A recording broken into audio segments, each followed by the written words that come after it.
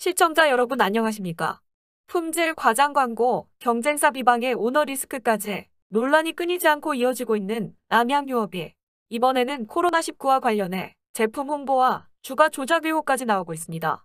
지난 13일 남양유업 박종수 항바이러스 면역연구소장은 한국의과학연구원 주관으로 열린 세미나 자리에서 원숭이 폐세포에 배양한 코로나 바이러스에 불가리스를 투여했더니 바이러스 저감률은 77.78%로 나타났고 개의 신장세포에 배양한 감기 인플루엔자 바이러스에 불가리스를 투여한 결과 바이러스 저감률이 99.999%로 나타났다고 발표했습니다.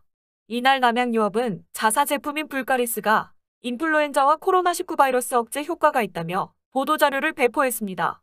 연구 결과가 보도로 이어지자 14일 마트나 온라인 쇼핑몰에서 불가리스가 매진되는 현상이 나타났는데요. 온라인 쇼핑의 쿠팡에서는 불가리스 딸기맛과 떠먹는 불가리스 복숭아맛 등 일부 품목이 일시 품절되기도 했습니다. 온라인 커뮤니티 등에는 마트 갔더니 불가리스를 싹쓸이해 갔더라, 불가리스 6박스 사왔다 등 목격담이 올라오기도 했습니다. 또 남양유업 주가도 요동쳤습니다. 13일 장마감 직전 8% 급등하더니 14일 오전 한때 28.9%까지 치솟았습니다. 이에 여러 언론사들이 남양유업이 배포한 보도자료에 대해 검증과 팩트체크가 시작됐었죠.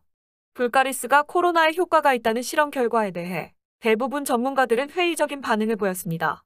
정재훈 가천의대 예방의학과 교수는 14일 오전 MBC 라디오 김종배의 시선집중과의 인터뷰에서 전 세계적으로 인체 내가 아니고 세포나 실험관 안에서 효과가 있었던 약물은 수백 개가 넘고 그중에 실제로 효과가 있었던 약물은 거의 없었다고 보시면 된다며, 이렇게 회사의 직접적 지원을 받은 실험 결과를 기자회견까지 하면서 대서특필하진 않는다라고 말했습니다.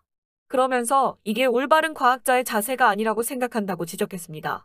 질병관리청 또한 이번 연구 결과는 바이러스 자체의 제품을 처리해서 얻은 결과로 인체 내 바이러스를 제거하는 원리를 검증한 것이 아니기 때문에 실제 예방치료 효과가 있을지 예상하기 어렵다며 신중한 입장을 밝혔죠. 문제가 불거지자 여러 언론사에서 취재가 시작됐습니다. 확인된 바에 의하면 이 연구에 돈을 댄 곳은 남양유업이었고 토론회 장소도 남양유업 돈으로 빌린 것으로 알려졌습니다. 언론 보도가 이어지자 남양유업 주가도 추락하기 시작했습니다. 한국거래소에 따르면 이날 개인 투자자는 남양유업 보통주 37억 8천만 원, 남양유업부의 16억 5천만 원 등 총 54억 2천만 원어치를 순매수했다고 밝혔습니다.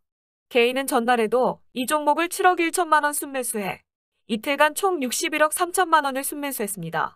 남양유업 주가는 점차 떨어져 결국 보통주는 36만 500원, 우선주는 16만 7천 원으로 5.13%, 6.18% 각각 급락 마감했죠.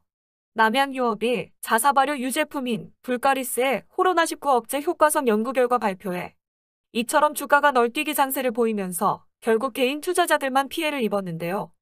회사의 발표 내용만 믿고 주식 매수에 나섰다가 주가 급락으로 큰 손실 위기에 처한 개인 투자자들은 자본시장법 위반을 지적하며 금융당국에 조사를 촉구하고 있습니다. 금융감독원 관계자는 자본시장법상 불공정 거래가 성립하려면 연구 결과가 발표됐다는 행위 자체보다는 주식 거래로 인해 회사 내부의 누군가가 부당한 이익을 얻었다는 매매 관련성이 기본적으로 전제돼야 한다고 설명했습니다.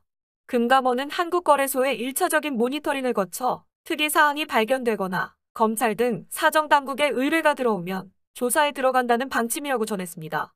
또 차명 계좌 정보 등 구체적인 단서를 첨부한 투자자들의 민원이 들어와도 자본시장법 위반으로 조사가 가능하다는 입장입니다. 식약처 또한 남양유업이 광고 등의 목적으로 이번 심포지엄을 개최했는지 여부 등을 조사할 방침인데요. 조사 결과 연관성이 있다면 식품 등의 표시 광고에 관한 법률 위반에 해당한다고 밝혔습니다. 식약처 관계자는 이번 심포지엄 개최가 남양유업과 어떤 연관성이 있는지 조사할 방침이다며 밀접한 연관성을 갖고 남양유업이 광고의 목적으로 이 심포지엄을 개최했다고 하면 문제가 될 수 있다고 말했습니다. 이어서 조사 결과에 따라 처분이 결정될 것 같다고 전했는데요.